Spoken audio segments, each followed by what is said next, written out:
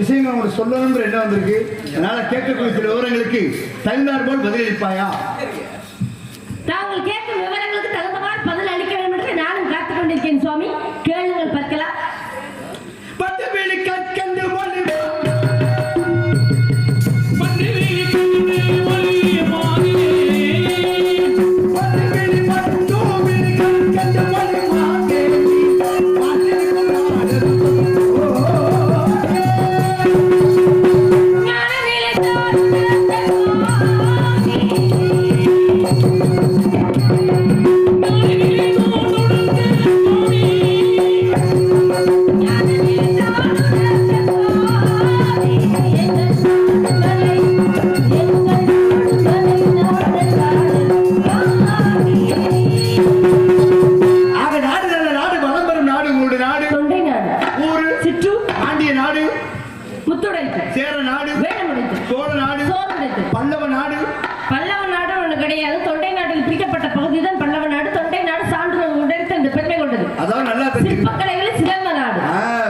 பல்லவ நாடு சிற்பக்கலைகளை சிறந்த நாடு என மேற்கே பவளமலை வேகடம் மேற்படக்கு ஆக்குபதி அணிகளுக்கு தைக்கப்படா என்று திகழ் இருப்பது காலம் என்று சொன்னாரு. தொண்டை நாட்டுக்கு எல்லளவு. அந்த எல்லளவில் அது ஒரு பகுதி தான் காஞ்சிபுரமாகப்பட்ட பகுதி. அந்த காஞ்சிபுரத்தை ஆட்சி செய்தது பல்லவர்கள். அந்த பல்லவர்கள் சிற்பக்கலைகளுக்கு ஏற்றவாறு அங்கே இருக்கக்கூடிய கோயில்களின் சிற்பங்களும் அழகாக தென்படும். அதனால தான் பல்லவ நாட்டின் சிற்பக்கலைகள் நுணுக்கமான முறையில் சிற்பக்கலையில் சிறந்தவர்கள் பல்லவ நாட்டவர்கள். ஆமா, அதானே பல்லவ ஆட்சி காலத்தில் இருந்தவர்கள். ஆக உங்களுடைய நாடு தொண்டை நாடுன்னு சொன்னீங்க. ஆமா, தொண்டை நாட்டுக்கு என்ன சான்றோர் உடைத்தென்று பெருமை கொண்டது. சான்றோர் உடைத்துனா அப்ப மத்த நாட்டுல எல்லாம் படிச்சவங்களே இல்லையா? இருந்தாங்க. ஏன்னா பகவான் பெரியவனா, பக்தன் பெரியவனா? ஏன்னா பகவானே 64 திரு விளையாட்டுகளை நடத்தியது பாண்டிய நாட்டுல. ஆனா 63 நாயன்மார்களாக இருக்கின்றன. சிறிய புராணம் பேர், பெரிய புராணம் பேரு. அப்பேற்பட்ட பக்தர்கள் எல்லாம் 43 நாயன்மார்கள் பிறந்த இடம் வளர்ந்த இடம் எது அப்படின்னு தொண்டை நாட்டு சேரும். அதனால்தான் இந்த பக்தர்களுக்காக இறைவன் அங்கே கொடுத்தாங்க முக்தி. அதனால்தான் சான்றோர் உடைத்தென்று பெருமை கொண்டது. அதையும் காட்டிலும் உலகத்திற்கு பொதுவான ஒரு கருத்தை சொன்னால் உலக பொதுமுறை என்று சொன்னார்கள். அந்த திருவள்ளுவர் பிறந்தது என்னாடு என்றால் பெருமை கொள்கிறது. சான்றோர் உடைத்தென்று. எனக்கு ஒரு சின்ன சந்தேகமே அங்கதாங்க இருக்கு. திருவள்ளுவர் பிறந்தனால அந்த தொண்டை நாட்டுக்கு பெருமையா?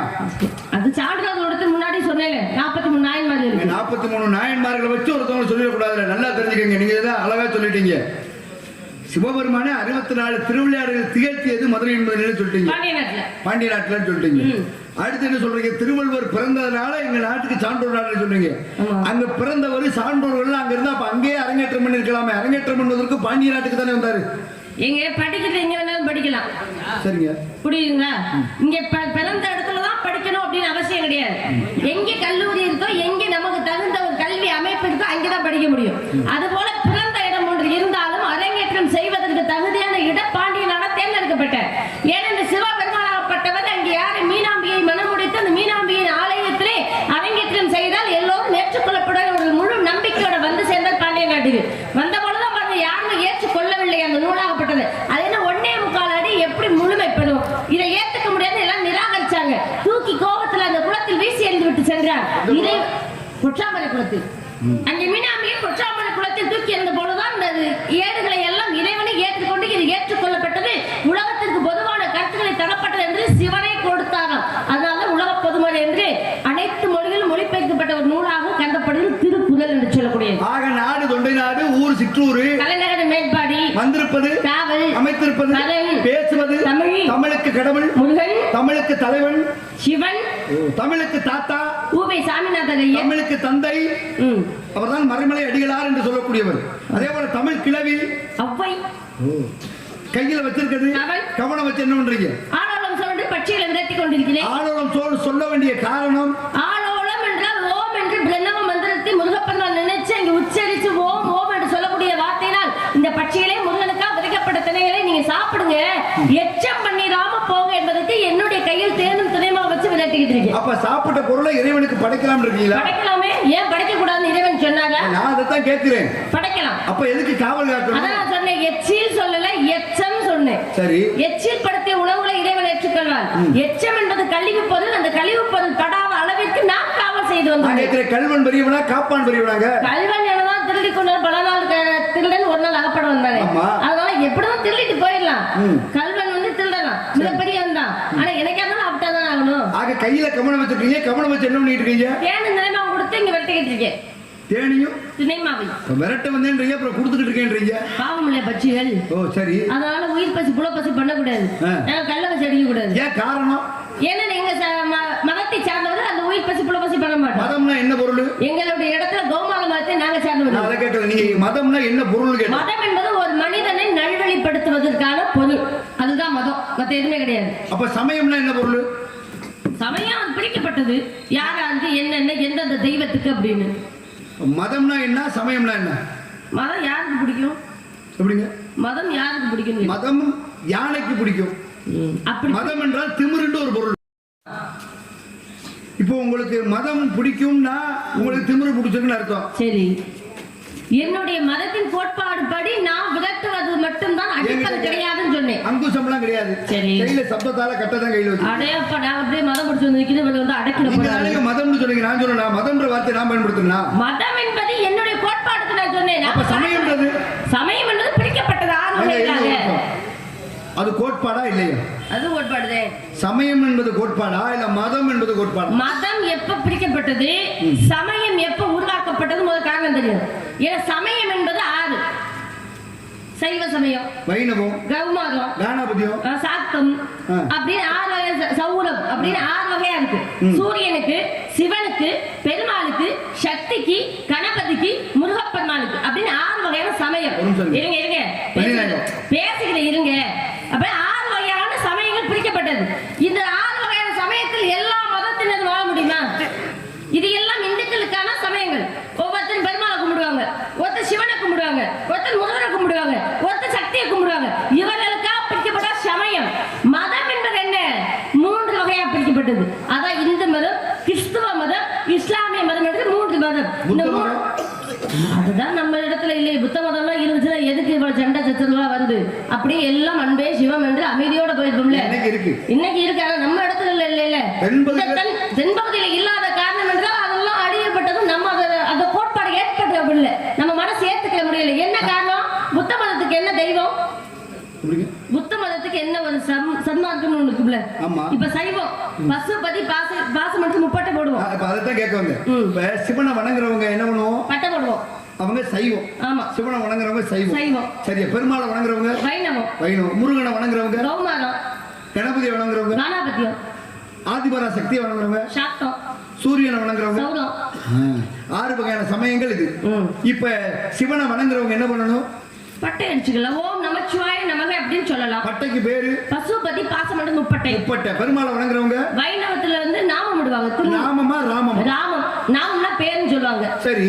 ராமம் எடுத்தல், திருமணம் எடுத்தல். ராமம்ன்றது என்ன பொருள்? இந்த ஆணவம் ஆகிய கண்மம் எடுத்து 3 இடுறது. ஆக 3. இது சமஸ்கிருதம். தமிழ்ல சொல்லுங்க, நீங்க இருக்கீங்கல்ல. தமிழ்ல திருமஞ்சள் இடுதல். அதனால திருமஞ்சள் இடுதல், திருமண் இடுதல் இன்னும் சொல்லி ஒரு பேர் இருக்கு. இப்ப அதே போல கணபதியை வணங்குறவங்க கணபதி பட்டதான் போடுவாங்க. கணபதியை வணங்குறவங்க என்ன பண்ணுவாங்கன்னா, இந்த மூக்கு இருக்கு பாத்தீங்களா, மூக்குல இருந்து சுழிச்சு விட்டு ராமம் போல எடுப்பாங்க. இப்ப அது முருகப்பெருமாள் போடுறாங்கல்ல, அவர் பட்டை அணிந்து இங்க வந்து திலகம் போல வைப்பாங்க. கௌமாரத்தை வணங்குறவங்க என்ன பண்ணணும்? அந்த பட்டை அணிந்து திலகம் போல எடுவாங்க. பட்டையை அடித்து புருவத்துக்கு மையத்துல கூம்பு வடிவத்துல வேல் போல இருக்கணும். அது போல இருந்தாலும் இது கௌமாரம். சரியா. அதே போல சூரியனை வணங்குறவங்க நெற்றியில சூரியனை போல அச்சிட்டு இருக்கணும். கண்டிப்பா. அதே போல ஆதிபரா சக்தியை வணங்குறவங்க பட்டை தான் இடுவார்கள். பட்டை இட்டு அதுல என்ன வச்சிருக்கணும்? குங்குமம். நிலவை போல குங்குமம் இருக்கணும். பாத்தீங்களா? நிலவை போல வட்டமா இருக்கணும். குங்குமம் வச்சிருக்கணும். குங்குமம் வச்சிருந்தா ஆதிபரா சக்தியை சக்திக்கு வந்து அந்த குங்குமம் அந்த இடத்துல அப்படி நிலவு போல வட்ட வடிவமா வைக்கிறாங்க. காரணம் என்ன? நிறைய சொல்லலாம். அந்த நிலவெல்லாம் வேணாங்க, ஒரே காரணம் மட்டும்தான். ஏன்னா முக்கண் அப்படின்னு சொல்லக்கூடிய சிவனுக்கு மட்டும்தான் பேர் சொல்லுவோம். முக்கண் இருக்கு சிவபெருமானுக்கு அப்படின்னு. ஆனா அந்த முக்கண் முதலில் யாருக்கு இருந்தது அப்படின்னா சக்திக்கு தான் முக்கண் இருந்தது.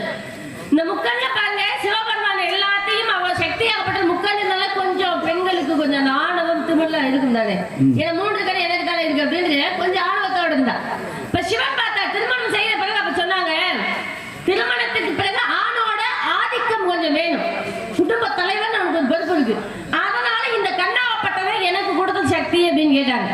அப்ப சக்தியாகப்பட்டவர் தன்னுடைய கணவனுக்கு சிவபெருமானுக்கு இந்த 3வது கண்ணை பிடிங்கி கொடுக்கிறார். கொடுத்த பொழுது அந்த இடத்துல குருதி வழிந்தலாம். சிவனாகப்பட்டவர் அந்த குருதியை நிறுத்துவதற்காக தன் கையை கொண்டு அது திலகம் போல் வட்ட வடிவமாக அங்கே அமைக்கப்பட்டார். அதனால்தான் சக்தியாகப்பட்டவர் பட்ட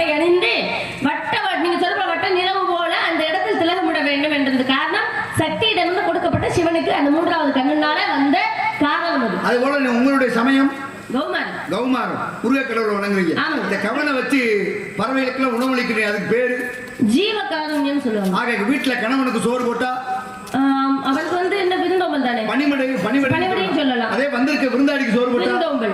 அதே வாசலுக்கு ஒரு பிச்சைக்காரனுக்கோ ஒரு பரதேசிக்கோ ஒரு அடியாருக்கோ சோறு போட்டா யாசகம் சொல்லலாம். அப்ப தெய்வத்துக்கே போய் சோறு கொடுத்தா அது அமுது படைப்பதுன்னு சொல்லுவாங்க. படையிலிடுதல். பறவைகளுக்கெல்லாம் உணவளிக்கிறீங்கன்னு சொல்லி அதுக்கு பேரு ஜீவகாருண்யம். ஜீவகாருண்யம் செய்து காமித்தவர் வள்ளலார் பெருந்தகை. எங்க? வடலூர்ல. எந்த மாவட்டம்? வடலூர் தாங்க. வடலூர் எந்த மாவட்டம்? கடலூர் மாவட்டம். வடலூரிலே இருந்து ஏக வாடிய பெயரை கண்ட போதெல்லாம் மனம் மாடினேன், நானும் மனமாடி நின்றேனே என்று சொன்னாராம்.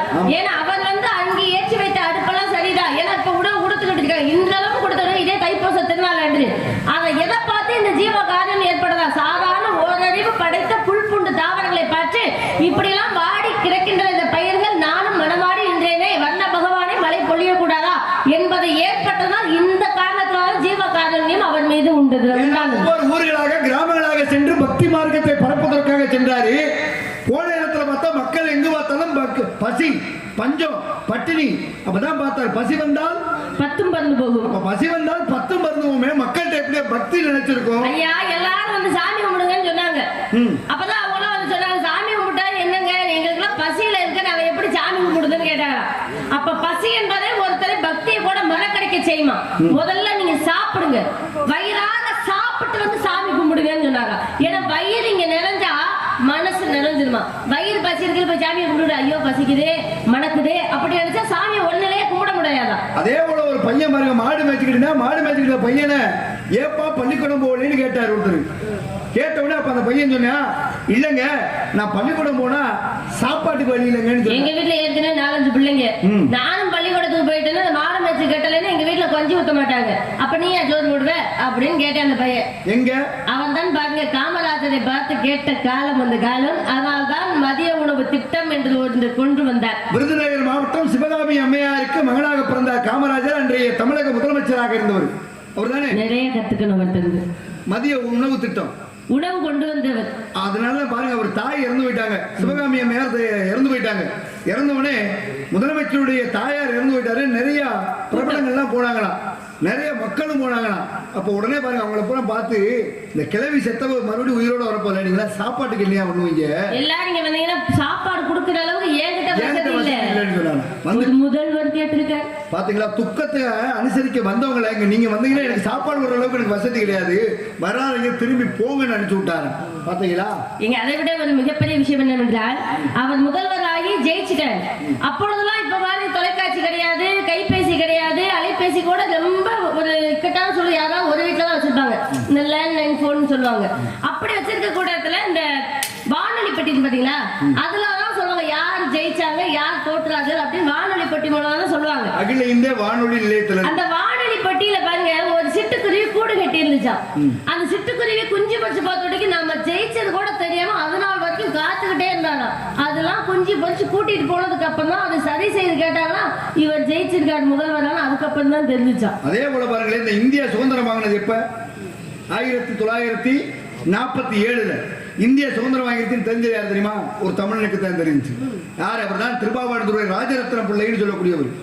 ஆக இந்திய சுதந்திரம் வாங்க போது ஒரு வாரத்துக்கு முன்னதாகவே எங்கே நம்மளுடைய இந்திய தலைநகரம் இது புதுதில்லி. டெல்லி. ஆமா, புது தில்லிங்கிற சொல்லணும் தமிழ்ல. ஆக அங்க இருந்து என்ன பண்றாங்க, அதையும் டெல்லி அப்படின்னு மறுவிருச்சு. அப்பதான் அங்க இருந்து உடனே கூட்டி போறாங்க. யார? திருவாவடுதுறை ராஜரத்ன பிள்ளைய கூட்டி போய் அகில இந்த வானொலி நிலையத்தில் அப்பதான் சொன்னாங்க, ஐயா இந்தியா சுதந்திரமாக போது, அதனால சரியா 12 மணிக்கு நீங்க தான் உங்களுடைய நாதஸ்வரத்துல இருந்து இந்த இந்திய நாடு சுதந்திரம் வாங்கியது என்பதை உலகத்திற்கு பரிசாற்ற வேண்டும் என்று தெரிந்து கொண்டவர் ஒரு தமிழே, ஒரு சாதாரண நாதஸ்வர கலைஞன். அவர் தான் திருவாவடுதுறை ராஜரத்ன பிள்ளைன்னு சொல்லக்கூடியவர். என்ன பாடுறாரு? எத்தனை இசை வாத்திய கருவிகள் இருந்தாலும் தலையாய இசை வாத்திய கருவி நாதஸ்வரம். ராஜ வாத்தியம்னு சொல்லுவாங்க. ஆக அப்படிப்பட்ட நாதஸ்வரத்துல ஒரு பாடின பாட்டு என்ன பாட்டு தெரியுமா? திருஞான சம்பந்தர் முதல் முதலாக பாடினாரே தோடுடைய செவியன் நம்பீர நாட்டையில. அப்படி பாடி இந்த இந்திய சுதந்திரம் வாங்கணும் சொன்னவே தமிழ். பாத்தீங்களா. ஆக அப்படிப்பட்ட பெருமையான இடம் ஜீவகாரியம் செஞ்சாருன்னு சொன்னீங்க. நாங்களும் ஜீவகாரியம் என்ன பண்ணிக்கிட்டு இருக்கோம். யாரு? நாங்க தான் பறவைகளுக்கு கோழிகளுக்கு பட்சிகளுக்கு முடிஞ்ச அளவுக்கு பாலை கட்டிட்டு உணவு அவர் பண்ணாருன்னா பொது நலத்தோட பண்ணாரு. ஆமா நீங்க பண்றது நான் முருகனுக்காக சுயநலத்தோட பண்றேன். முருகனுக்காக சுயநலத்தோட பண்ணிட்டு இருக்கேன். ஏன்னா அவனுக்கு தானே இந்த தேவன் தினமே வச்சு படைக்க போறேன். அவர் வந்து உங்கள்ட்ட கேட்டாரா? அவர் கேட்கல. இது என்ன இடம் தெரியுமா? குறிஞ்சி நிலம், மலை சார்ந்த பகுதி, குளிர்ச்சியான மிகுந்த பகுதி. இந்த குளிர்ச்சியாக இருக்கக்கூடிய கந்த குமரனுக்கு எப்பொழுதுமே வெப்ப சூழ்நிலையை கொடுக்க வேண்டும் என்று அந்த தேனாகப்பட்டதை எடுத்து செந்தினையாகப்பட்டதை வச்சு கொடுக்குறோம். செந்தினை வெப்ப இருந்த பொருள், அதனால கொடுப்பதுக்காக எங்க சுயநலத்துக்காக கொடுத்துக்கிட்டு இருக்கோம். உங்க சுயநலத்துக்காக தான். ஆனா அவர் செய்தது பொது நலம். சுயநலத்துக்கு பொது நலத்துக்கு நிறைய வித்தியாசம் இருக்கட்டுங்க. இப்ப எண்பதாம் முதலுக்காக நான் சுயநலமா இருக்கிறது என்ன தவறு இருக்கு? கிடையாதுங்க. நல்லா பாருங்க, இந்த நாட்டுல வாழ்ந்தவர்கள் பிறர் அடுத்தவர் நல்லா இருக்குன்னு நினைச்ச முடிச்சுங்களே, அவரும் நல்லா இருந்து நம்மளும் நல்லா இருந்துட்டா பிரச்சனை இல்லை. இப்ப யாராவது ஒருத்தருக்கு போய் இப்ப மனுஷன் மானிட பிறவி அவருக்காக நான் சுயநலமா இருக்கேன்னா அதுல ஒரு தவறு காணலாம். 80 குமரனுக்காக நான் கொடுக்குறேன் அப்படின்றது வந்து சுயநலம் கலந்த ஒரு பாசம் தானே, ஆன்மீகம் தானே. அவனுக்காக நான் பக்தியா தானே இருக்கேன். இது என்ன ஒரு தவறு கண்டீங்க? பக்தி மார்க்கத்துல கொடுக்கணும். பக்தி தாங்க, எல்லாமே பக்தி தான். உங்களுக்கு முன்னாடி யாராவது காவலுக்கு வந்திருக்காங்களே இந்த இடத்துக்கு இல்ல, முல்லை நிலத்துக்கு செஞ்சி லட்சுமி சொல்லக்கூடிய பெண்ணாகப்பட்டவங்க வந்து அவங்களுக்கு உங்களுக்கு என்ன உறவு முறை அத்தை நீங்க அப்பா சொல்லி வச்சிருக்காரு. ஆக வந்தனால ஏற்பட்ட நன்மை வந்து பெருமாள் நரசிங்கமூர்த்தியாக இருந்து இரண்யாட்சனை அழித்த பிறகு கோபத்தோட இருந்தவரை திருமணம் செய்துட்டு போனா அந்த புண்ணியவதி. அப்ப நான் தெரியாம கேக்குறீங்க, வர்றவங்க ஊரம் புருஷன் பிடிக்கத்தான் வரீங்களா? அது எங்க இஷ்டம், உமக்கு என்ன வேலை? என்னங்க அந்த அம்மா வந்தாங்க, அந்த அம்மா பெருமாளை காதலிச்சாங்க, பெருமாள் கல்யாணம் பண்ணிட்டு போனாங்க. வந்த எல்லாரும் கல்யாணம் பண்ணிட்டு போனா அது எங்க விருப்பம், எங்களுக்கு பிடிச்சிருந்தா கட்டிட்டு போறேன், கட்டாம போற, உமக்கு என்ன வேலை? திருமுருக கிருபானந்த வாரியார் சுவாமிகள் என்ன சொல்றாரு தெரியுமா? மனிதன் மேடையில பேசும் பொழுது தலைப்பு இல்லாம பேசக்கூடாது, முடிவு இல்லாம படிக்க கூடாது, மனிதன் வாழும் வாழ்க்கையில குறிக்கோள் இல்லாம வாழக்கூடாது. பாத்தீங்களா? வந்த வேலை என்னது? காவலுக்கு தான் வந்தாங்க. செஞ்சிலட்சுமிமா எங்க காவல் நல்லபடியா நடந்துச்சுன்னு சொல்லிட்டா பிரச்சனை இல்ல. நீங்க காவலுக்கு வந்தவங்க கல்யாணம் பண்ணிக்கிட்டாங்கன்னு சொல்லிட்டீங்க. இறைவனை கட்டுற ஒரு வாய்ப்பு யாருக்கா கிடைக்குமா? எத்தனை பேர் இறைவனை திருமணம்? எங்க ஆண்டாளகப்பட்டவள் பெருமாளை ஸ்ரீரங்க மூர்த்தியை அங்கே மாலை சூடி திரு மாலை மணந்து கொண்டாள். அது பெண்ணாகப்பட்டவள், அவள் தான் 12 ஆழ்வாரில் ஒரு பெண்ணாக இருந்தாள். அது இறைவனை கட்டிக்கிட்டாங்க. இந்த இடத்துல செஞ்சிலட்சுமி கட்டிக்கிட்டாங்க. வேற யாரும் இறைவனை கட்டிக்கிட்டாங்க? தடாகை பிராட்டி மதுரையில பிறந்தவ மலகோஜ பாண்டியனுக்கு மகளாக பிறந்தா. பிறந்தவ போய் சண்டைக்கு போனவ போய் அங்க போய் காதலி வைக்கலையா? சொக்கநாதனா அவளுக்கு அசரீரி வாக்கியா தானே. 3 கொங்கைகளுடன் பிறந்த உன்மகள் வீரதீர செயல்களால் புரிந்து அவள் அரசாட்சி செய்யும் பொழுது எந்த ஆண்மகனை கண்டு நானும் முறுகிறாரோ அப்பொழுது கொங்கை மறையும். அந்த ஆண்மகன் தான் தனக்கான ஆடவன் என்று அசரி வளர்ந்தப்பே வந்த வாக்குங்க. அது அரசாட்சி செய்யும் போது அப்ப கோதை ஆண்டாளுக்கு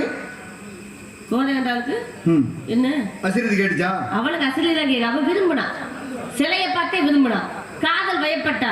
நான் சூடி கொடுத்த மாலை என் தோளில் விழுந்த பிறகுதான் எங்களுக்கு சுடல் என்று ஆசையோடு கொண்டா. சிலையை பார்த்து விரும்பினாளா இல்ல ஆழ்வார் சொன்ன கதையை கேட்டு காதல் கொண்டாளா? காதல் தான், பெருமாள் தான். விஷ்ணு சித்தன் சொல்றார், தன்னுடைய தகப்பன் சொல்றார். ஏன்னா ஆண்டாளப்பட்டவன் துளசி செடி நிறைய தத்து பிள்ளையாக வளர்த்தப்பட்டவன் தான் விஷ்ணு சித்தருக்கு, பெரியாழ்வாருக்கு. அந்த பெரியாழ்வார் சொல்ல கேட்ட கதைகளெல்லாம் இந்த ஆழ்வார் அந்த திருமாலை நாம பார்க்க வேண்டும் காதல் வாய்ப்பட்டுக் கொண்டார். மலை போல் மேனி பவளவாய் கமலச்செங்கல் நச்சுதா அமரரை இச்சுமைத்தவரை அனுபவ இந்திர லோகமால ஊரிலே உற்றார் உறவினர் யாருமில்லை அரங்கமான் அருளாலே என்று சொல்லி பெருமாளுடைய புகழை எடுத்து சொன்னார். கிருஷ்ணனுடைய லீலைகளை எடுத்து சொன்னார். சொல்லும் பொழுது இந்த தெய்வத்தின் மீது காதல் வசப்பட்டார். அதானே உண்மை. அதனாலதான் எங்கே ஸ்ரீ வெள்ளிப்புத்தூரில் பிறந்து திருமாலை திருமணம் செய்து ஸ்ரீரங்கம் திருச்சி சென்றாராம். அவளுக்காக ஸ்ரீல என்ன கொடுத்தாங்களாம்? வெறும் பால்கோவா கொடுத்து விட்டாங்க. அசிரிதி என்ன யாருக்கு சொல்லுச்சு தெரியுமா? எங்க ஸ்ரீரங்கத்தை கூட்டி வர சொல்லி சொன்னது யாரு? அவரே வந்து சொன்னார். பெருமாளேவா? ரங்கநாத பெருமானே சொன்னார். அரங்கமான் வந்து என்ன சொல்றாரு? ஐயா உன்னுடைய வளர்ப்பு பிள்ளையாருக்கு வந்து ஆண்டாளு எப்ப சொல்ற இந்த அம்மா வருது மாலே மணிமண்ணா மார்கழி நீராடுவார் வேலையார் செய்வனை வேண்டியதா கேட்டேன்னு சொல்லி சொல்லும் பொழுது அப்பதான் உடனே எம்முடைய சன்னதிக்கு அழைத்து வாருன்னு சொன்னார்.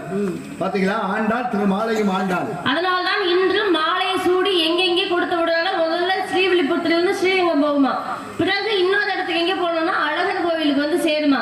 அவர் ஆட்சியில் அழகர் இறங்கும் போது ஸ்ரீவில்லிபுத்தூர்ல இருந்து அழகர் கோவிலுக்கு பாண்டிய நாட்டுக்கு வருவார் ஒரு மாலை. முதல் மாலை நரியும் பரியாகும் வன்னி மரம் சாட்சி சொல்லும் தமிழுக்கு சங்கம் வளர்த்து தங்கத்தில் மீனாட்சி குடிகொண்ட மேன்மையான மதுரை என்பது எங்க வரும்? அழகர் கோவிலுக்கு. அழகர் கோவிலுக்கு வருமா? தல்லாவளம் பெருமாள் கோவிலுக்கு. அவர் அங்க வந்து தானே இறங்குவாரு. வர்றவர் எப்படி வர்றாரு? அங்க இருந்து வர்றப்ப சுந்தரராஜ பெருமாளாக வருகிறார். சுந்தரராஜ பெருமாளா மாலை சூடனப்ப சுந்தரராஜ பெருமாளா வரும்பொழுது சுந்தரராஜ பெருமாள் மாலை சூடிக்கொண்டுதான் அழகாக வருகிறார். வருந்தட்டி அங்க வரும்பொழுது அழகராக வர்றார். கல்லழகராக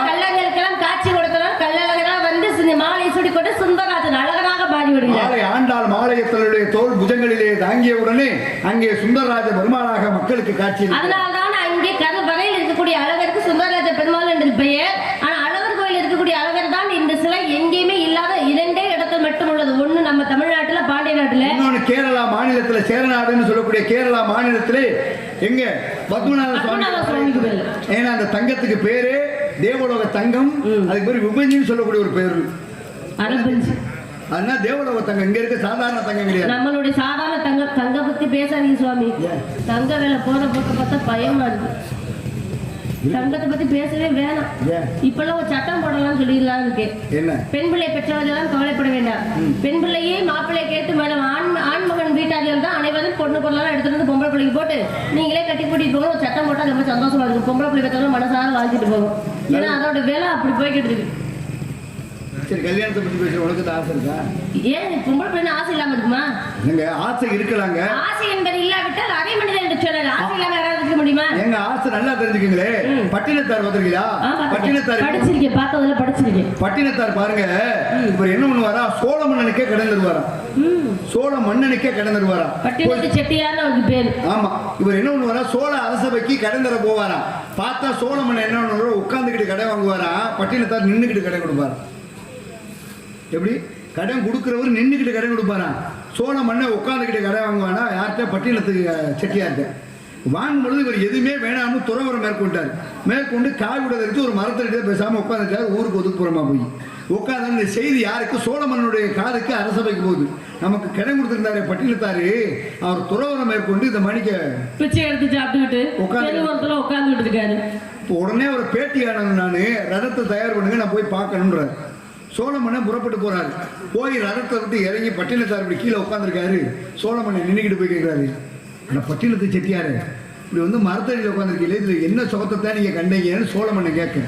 அப்பதான் பட்டினத்து செட்டியார் சோழ மன்னனை பார்த்து கேட்கிற, சோழ மன்னா, உனக்கு நான் பல முறை கடன் தருவதற்காக உன்னுடைய அரண்மனைக்கு வந்திருக்கேன். நான் வந்த போதெல்லாம் நான் நின்றுக்கிட்டு கடன் கொடுப்பேன், நீ என்கிட்ட உட்காந்துக்கிட்டு கடை வாங்குவ. ஆனா நான் இப்ப எதுவுமே வேணாம்னு தூக்கி எறிஞ்சிட்டு பேசாம உட்காந்துருக்கேன். என்கிட்ட வந்து நீ நின்றுகிட்டு இருக்க, இந்த சுகத்தை தானையா நான் கண்டேன்னு சொன்னேன். பாத்தீங்களா, சிவனால் கிடைத்தது கண்டிப்பா. ஏன்னா பத்திரகிரியான்னு ஒருத்தர், அவன் தான் பட்டினத்து செட்டியார் பார்த்து, ஐயா உங்களோட சிசிய பிள்ளை ஏத்துக்கிறதுன்னு அவர் பின்னாடியே போயிட்டார். சரிவா, நான் சிவனே கடின்னு போறேன், நீ என் கூட சிவனே கடின்னு வா அப்படின்னு கூப்பிட்டு போயிட்டார்.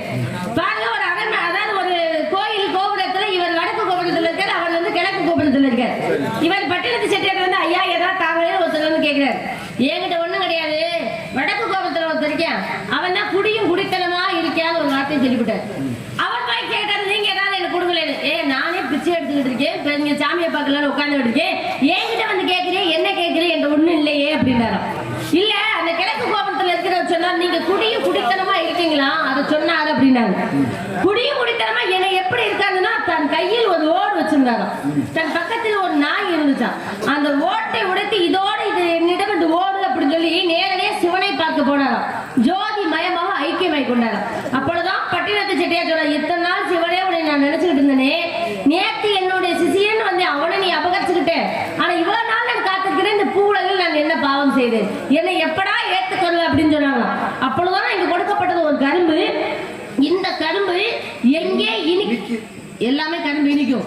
கொழுத்தாடை பகுதி எந்த இடத்தில் இனிக்கிறதோ அங்கே உனக்கு முக்தி என்று சொன்னாராம். பேக்கரும்பு வாங்கி எங்கே வந்தார் என்றால், இந்த இடத்துல ராமேஸ்வரம் பக்கத்தில் இப்ப பேக்கரும்பு ஒண்ணு பாத்தீங்களா, அன்பு ஐயா ஏபிஜே ஐயா அப்துல் கலாம் ஐயா மணிமண்டபம், அங்கே பேக்கரும்பை பெற்றுக்கொண்டு எங்கே சென்றார், திரு ஒற்றியூருக்கு போனார். திருவெற்றியூர்னு ஒரு ஊர் இருக்கு, ஆமா, பாண்டிய நாட்டுல திருவாரூர் பக்கத்துல தொண்டி பக்கம் இருக்கு. அது வந்து பாவம்பரி அம்மன் கோவில். ஆனா திரு ஒற்றியூர் என்று சொல்லக்கூடிய சென்னைக்கு அருகாமையில் உள்ள தமிழ்நாட்டுடைய தலைநகரத்தில் இருக்கு. அந்த சென்னைக்கு அருகாமையில் உள்ள அந்த திரு ஒற்றியூர் சென்று கால் வைத்த இடமெல்லாம் சிவலிங்கமாக காட்சி அளிக்கிறார். அங்கேதான் கொழுத்தாடை பகுதி இனித்தது, அவருக்கு அங்கேயே ஜீவ சமாதியாக முக்தி கிடைத்தது பட்டினத்து செட்டியாருக்கு. அதே போல பாருங்க, அதே பட்டினத்தார் என்ன பண்ணார், துறவரம் மேற்கொண்டார். விஷயம் ஊரே பரவிக்கிட்டு இருக்கு. இவர் என்ன பண்றாரு, ஒரு வரப்புல தலையை வச்சு படுத்து கிடக்காரு. படுத்துனப்ப அக்கா தம்பிக்கு 2 பேர் தண்ணி எடுக்க போறாங்க. போகும்போது அக்காக்காரி சொல்றாரு, பட்டினத்தார் பாருங்க, நேற்று வரைக்கும் சொகுசா செல்வந்தராக சீமானாக வாழ்ந்தார் இந்த பூமுகார்ல, ஆனால் இன்னைக்கு காலையில அதிகாலையில இவர் இந்த மாணிக்க துறவரம் மேற்கொண்டாலும் ஊரே பேசிக்கிறாங்க. ஆனா நேற்று வரை அவர் சொகுசாக இருந்தது இன்னும் மறக்க விட பாரு, வரப்புல தலை வச்சு படுத்து கிடக்காரு. தலைக்கு சுகம் கேக்குது, தலைக்கு சுகம் கிடைக்குது. இது யாருடைய காதுக்கு கேட்டுச்சு? பட்டினத்தாருடைய காதுக்கு கேட்டுச்சு. இப்ப இது கூட தப்பு போல சொல்லி உடனே என்ன பண்ணிட்டாரு, நட்ட நடு வயல்ல போய் படுத்து கிடந்தார். இப்ப மறுபடியும் பாருங்க, தண்ணி குடிச்சு மறுபடியும் திரும்பி வர்றாங்க. அப்ப தங்கச்சிக்காரி சொல்றாரு, நம்ம சொன்னதை கேட்டு பட்டினத்தார் போய் அங்க படுத்து கிடக்காரு, ஒட்டி கேட்கிற புத்தி நமக்கு தான் கூட துறவரம் மேற்கொண்ட பட்டினத்தாருக்கு இருக்குவாருன்னு சொல்ல. அப்பதான் பட்டினத்தார் உணர்ந்து கொண்டார், வாழ்ந்தாலும் ஏசும் தாழ்ந்தாலும் ஏசும் கொள்ளாத உலகத்தில் நாம் வாழ்ந்து கொண்டிருக்கிறோம் என்றதை உணர்ந்தார். கண்டிப்பாக. அதாவது இறந்தவர்கள் சடலத்தை பார்த்து ஒவ்வொருவரும் அழுது புலம்பி கொண்டிருக்கும் போது சொன்னாராம், நாளைக்கு சாக போறீங்களா, இன்னைக்கு செத்த உடம்ப பார்த்து ஏன்டா ஆகுதுன்னு கேட்டார். யாரு? பட்டினத்தார். அதனாலதான் பாம்பன் சாமி நீங்க சொன்னீங்க பாத்தீங்களா, ஞானம் அப்பொழுதே அவருக்கு பிறந்து விட. நாளைக்கு எல்லாருமே ஒவ்வொருத்தரும் இந்த பூவுலையில் விட்டு பிரியத்தான் போகிறோம். ஆனா இன்று இறந்தவனை கண்டு நாளை இறக்க போகிறது ஏன் அழுகிறேன். அதே திருவொற்றியூர்லதான் பாம்பன் சுவாமிகள் என்ன பண்ணாரு, ஒரு வீட்டுல ஒரு நாளைக்கு ஒரு கை சோறு வாங்கி சாப்பிட்டு இருந்தாரு. இந்த வீட்டுல பாருங்க, அந்த அம்மா சோறு போட்ட அம்மாவுக்கு ஒரு இந்த குழந்தை என்ன பண்ணிருச்சு, இந்த பாம்பன் சுவாமிகள் அருகாமையில ஒரு மூட்டை பூச்சி இருக்கு, இந்த குழந்தை போய் மிதிச்சு மூட்டை பூச்சியை கொண்டு வருச்சு. இந்த அம்மா போய் அனுதினம் ஒரு கை சோறு தான் வைக்குமா பாம்பன் சுவாமிகளுக்கு. இல்ல ஓ வீட்டுல தீட்டு நான் சாப்பிட மாட்டேன்னு சோறை தள்ளி விட்டு காரணம் சொல்லல. இந்த அம்மா உடனே என்ன பண்ணுது, எல்லாத்துக்கும் தகவல் கேட்குறாங்க. எல்லாரும் சொந்த பந்தம் எல்லாரும் நல்லா இருக்காங்க, பிள்ளை நல்லா தான் ஓடி விளையாண்டுக்கிட்டு. மறுநாள் சோறு வைக்கிறாங்க, இல்லை உன் வீட்டில் தீட்டு நான் சாப்பிட மாட்டேன். 3வது நாள் சோறு வைக்கிறாங்க, இல்லை உன் வீட்டில் நான் சாப்பிட மாட்டேன்னு தள்ளி விட்டுறாரு. 3 நாளாக சாப்பிடாம இருந்துட்டு 4வது நாள் வீடெல்லாம் சுத்தம் பண்ணிட்டு, சாமி ஏன் சாப்பிட மாட்டேன் காரணத்தை சொல்லுங்கன்னு கேட்டப்ப அப்பதான் சொன்னாராம், உன் மகன் என் முன்னாடி ஒரு மூட்டை பூச்சியை மிதிச்சு கொண்டு விட்டேன்னு சொன்னார். ஒரு மூட்டை பூச்சி செத்ததுக்காக 3 நாள் சாப்பிடாம இருந்தார். பாம்பன் சுவாமிகள் பிறந்த புண்ணிய பூமி. நம்ம இன்னைக்கு என்னத்தையும் கொண்டு எல்லாத்தையும் சாப்பிட்டு ஏங்க அது மட்டுமா, இங்க பாருங்க, சாதாரண கீரைக்கு ஆசைப்பட்டதுக்காக காஞ்சி காமகோடி பீடத்துடைய காஞ்சி மகாபெரியவர் என்ன பண்ணார் தெரியுமா, வீடு அந்த காலத்துல சுத்தம் பண்ணணும்னா என்ன பண்ணுவாங்க, என்ன செய்வோம், ஒட்டை அடிச்சு எல்லாம் சுத்தம் பண்ணுவோம். வீடை சுத்தம் பண்ணணும்னா என்ன பண்ணுவோம், அலசி தான் விடுவோம். இன்னைக்கு என்ன பண்றோம், தொடச்சு விடுறோம். இன்னைக்கு தொடச்சு விடுறோம். முதல்ல என்ன பண்ணாங்க, தண்ணியை ஊற்றி அலசி விடுவோம். அதுக்கு முன்னாடி மொழுகுவாங்க, சாணம் போட்டு மொழுகுவாங்க. அவர் என்ன பண்ணாராங்க, காஞ்சி மகாபெரியவர் ஒரு வீட்டுக்கு விருந்தோம்பலுக்கு போறாரு. அவங்க கைங்கரியம் பண்றாங்க. கைங்கரியம் பண்ணவங்க என்ன பண்ணிடுறாங்க, இலையில என்ன பண்ணிடுறாங்க, கீரையை வச்சிடறாங்க. இவர் கீரை எடுத்து சாப்பிடுறாரு. சாப்பிட்டு சுவாமிகளுக்கு கீரை பிடிக்கும் போது மறுநாள் என்ன மறுபடியும் கீரை வைக்கிறாங்க. மறுபடியும் சாப்பிட்றாரு. மறுநாள் சரி சுவாமிகளுக்கு கீரைலாம் பிடிக்க முடியல. மறுநாள் அதே வீட்டில் விருந்தோம்பல். அந்த விருந்தோம்பலில் பார்த்தீங்கன்னா கீரை குழம்பு, கீரை பொரியல், கீரை சாதம் எல்லாம் கீரை தானே சாப்பிட்றாரு. சாப்பிட்டு 3வது நாள் என்ன பண்ணிடுறாங்க, அதே விருந்தோம்பல்ல கீரையை கொண்டு போய் வச்சு ஒரு கீரையை எடுத்து முதல் வச்சோட பொரியல் வச்சா பொரியல் தானே சாப்பிடுவாங்க. கீரை சாமிக்கு கீரை பிடிக்கும்னு அவங்க நினைச்சிட்டாங்க. நினைச்சு கீரையை வச்ச உடனே இவர் கீரை எடுத்து சாப்பிடும்போது கேட்ட, சுவாமி உங்களுக்கு கீரைனா ரொம்ப பிடிக்குமோன்னு கேட்டுக்கிறாங்க. கேட்ட உடனே அப்படி பார்த்தாரு. இந்த நாக்கு அதுக்கு கூட ஆசைப்பட்டுருச்சோ, ஏன்னா ஒரு துறவரம் மேற்கொண்டது. அப்ப ஆசைப்படக்கூடாது எதுக்கும். இந்த நாக்கு இந்த கீரைக்கு ஆசைப்பட்டுருச்சோன்னு சொல்லி உன் வீட்டுடைய என்னது கோசாலை எங்க இருக்குன்னு கேட்டாங்க. யாகசாலைன்னா என்னது, அது யாகம் செய்யக்கூடியது நம்ம இறைவனுக்காக. கோசாலைனா ஆணிரைகள் கட்டுவது, ஆடு மாடுகள்லாம் கட்டுற இடம். மாடு மட்டும் கட்டுற இடம் தான் கோசாலை. அதுதான் ஆணிரைகள்னு சொன்னேன். ஆ என்றால் பசுதானே, நிறை என்றால் அணிதானே. அப்பதான் இவர் உடனே என்ன பண்ணிடுறாரு, அங்க இருக்க சாணத்தை எடுத்து வாயை குப்பிடிச்சாரு. அப்பதான் வந்து தன்னுடைய நாவை சுத்தம் செய்வதற்காக சாணத்தால வாயை குப்பிடிச்சவர். எத்தனைதான் கும்பாபிஷேகம் வைத்தாலும், எத்தனைதான் புண்ணியாசனம் செய்தாலும், வீட்டுக்கு பால் காய்ச்சி கொண்டு போனாலும் அங்க இருக்கக்கூடிய பசுமாடை தான் முதல்ல அழைச்சிட்டு போவோம். ஆனா பசுமாடை அழைச்சிட்டு போய் எங்க முன்னாடி கொம்ப பார்த்தா, தலையை பார்த்தா, உடம்ப பார்த்தா கும்பிட சொல்ல மாட்டாங்க. எங்க கும்பிட சொல்லுவாங்க, வாய் பகுதியில் சிறுநீர் கழிக்கும் இடத்தில் குங்குமம் வைத்து கும்பிடணும்னு சொல்லுவாங்க. ஏன்னா 30 தேவதைகளும் அந்த பசு என்று சொல்லக்கூடிய காமதனுக்கு அனைத்தவரும் அடக்கமா. ஆனா ஒவ்வொருவரும் எல்லா இடத்துலயும் இல்லைட்டாங்க. நான் போய் எங்க இருப்பேன் லட்சுமி தேவி கேட்டா, இந்த லட்சுமி ஆகப்பட்டவள் எங்கன்னா பின்புறம் போய் அமரு அப்படின்னு சொன்னாங்க. அதனால பசுவின் வால் பகுதியில் அந்த சிறுநீர் கழிக்கும் இடத்தில் வைத்தார்கள். லட்சுமி அங்கேதான் வாசம் செய்வார் என்று சிறுநீருக்கு பெருமை என்று கோமியம் என்று கிடைத்தால் எத்தனையோ சமுத்திரங்களை நீராடிய பயணம் புண்ணியமும் கிடைக்கும் என்பதுக்காக வீட்டுக்கு இன்னும் போனா ஒரு தீட்டே ஆனா கூட அதை உடனே எடுத்துக்கொண்டு கோமியத்தை எடுத்து தெளிச்சு விடுங்க அப்படின்னு ஐதீகமா நம்ம வழங்கப்படுது. இப்ப வரைக்கும் நம்ம கலாச்சாரத்தில் அது உண்டு, பெருமைதான். இவ்வளவு தொலைக்கு பேசுறீங்க. ஆக இந்த மாப்பிள்ளைன்னு சொல்றேன், மாப்பிள்ளை நீங்க சொல்ல கல்யாணம் பண்ற ஆசை இருக்கா? கல்யாணம் பண்ற ஆசையா? அது இருக்குதா? இல்லைன்னு யாருக்கு இருக்க முடியும்? உங்களுக்கு இருக்கு. இருக்கு. யார் மேல? அதுதான் இல்ல. கல்யாணம் பண்ற ஆசை இருக்கு. யாராவது ஒரு நல்ல பையன் வந்தா மாப்பிள்ளை பிடிச்சிருந்தா கட்டிட்டு போற ஆசை இருக்கு.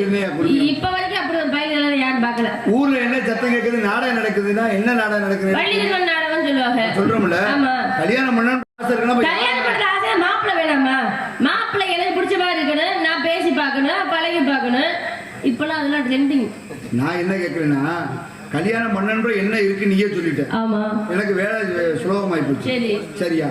அப்ப நினைக்கணும்ல, நினைப்பு இல்லாம வராதுல யாரு? நினைப்புதான், ஆனா மாப்பிள்ளை வேணும்ல. நல்லா தெரிஞ்சுக்கங்களே, என்ன இறைவன் மனிதனுக்கு கொடுத்த பெரிய வரம் என்ன? வரமா மருந்தா?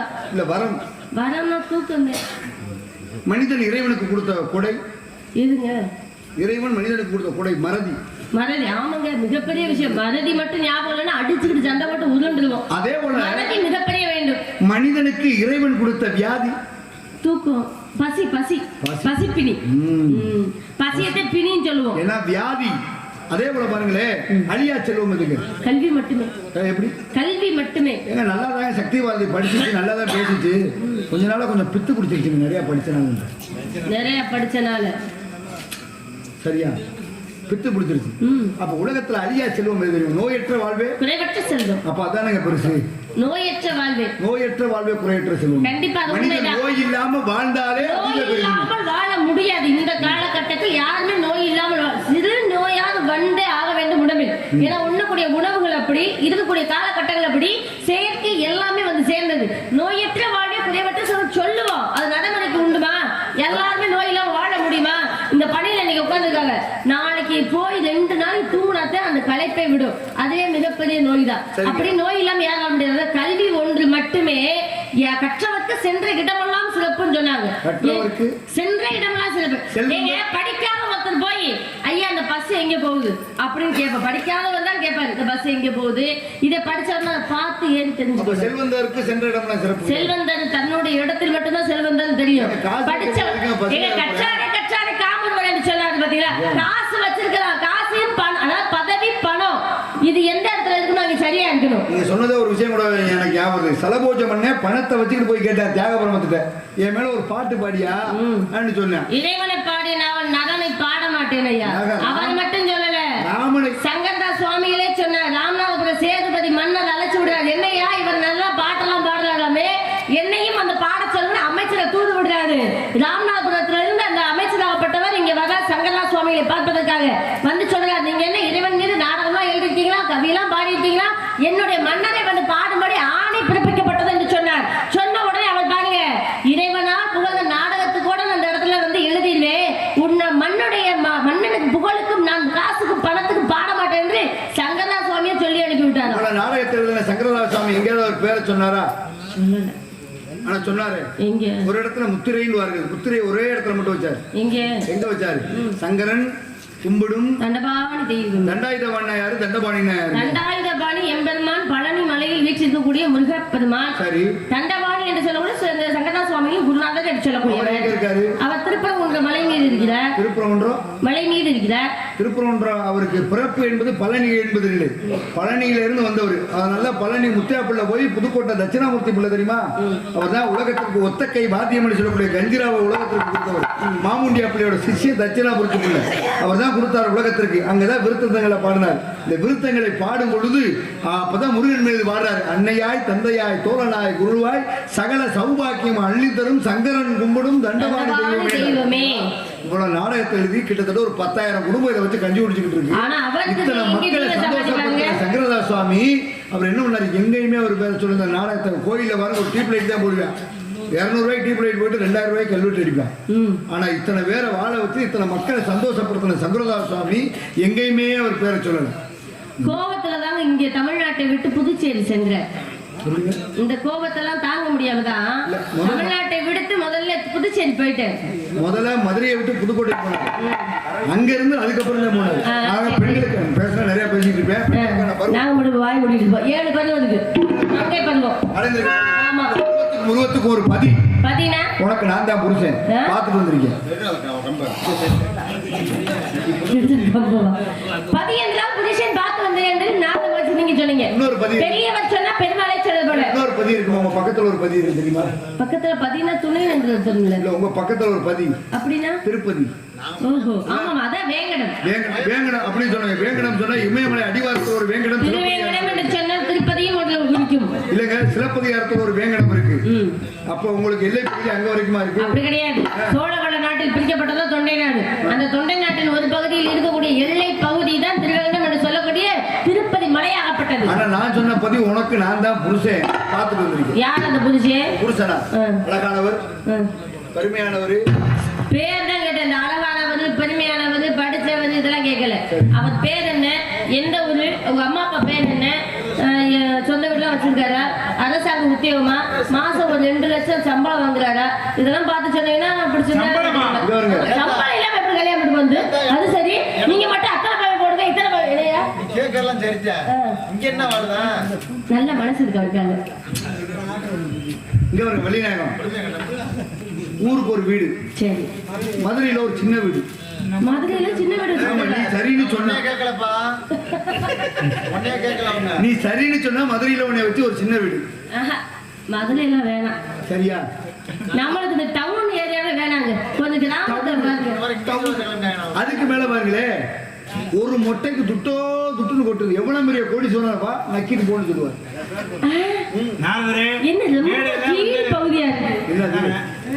நாகரீகமா பேசுங்க. எவ்வளவு பெரிய கோடி சொன்னா பழனிக்கு வந்துட்டேன்னா பஞ்சாமரத்தை உள்ளங்கையில ஊத்தி நக்கித்தானே ஆகணும். நீங்க உண்ணல் நக்கல் திண்ணல் பல்லல் 4 வகையில சாப்பாடு இருக்குல்ல. ஏன்னா உண்ணல் திண்ணல் நக்கல் அப்படின்னாவே தேன் இதெல்லாம் வந்து நக்கிதான் சாப்பிடணும். அதுதான் அதோட ஐதீகமே. அதனாலதான் பழனிக்கு வரக்கூடிய பஞ்சாமரம் எவ்வளவு பெரிய 5 பொருட்கள் சேர்ந்து தேன், வாழைப்பழம், பனவெல்லம் எல்லாம் போட்டு செய்யுது. போட்டு என்ன பண்ணணும்? அவருக்கு அபிஷேகம் பண்ணிட்டு சாப்பிடணும். அந்த அபிஷேகத்து பொருள் அவங்க கொடுக்க மாட்டாங்க.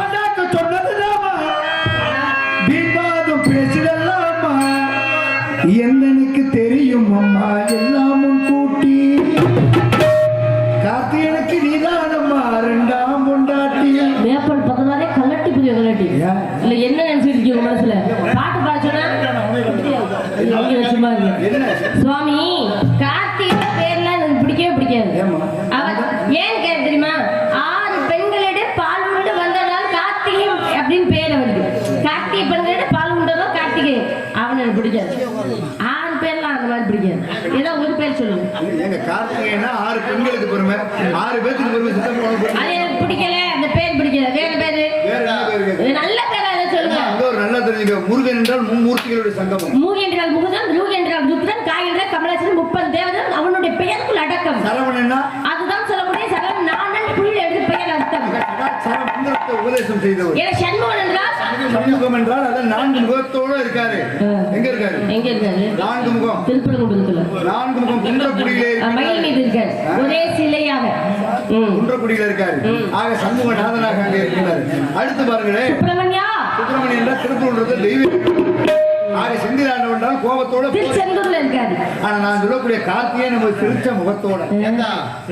இந்த கார்த்திகை தெரியுமா? தெரியும். ரொம்ப பேசுவேன். தேனு அபிஷேக் பிரியரு தேனோட திராரு. தேனு அலபால் இந்த புத்தகத்தை விடுத்து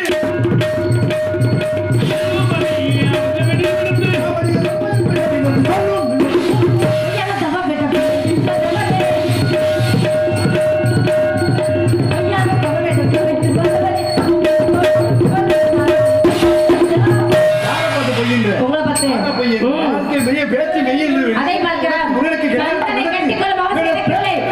பார்க்கலாம். சென்று வாருங்கள்.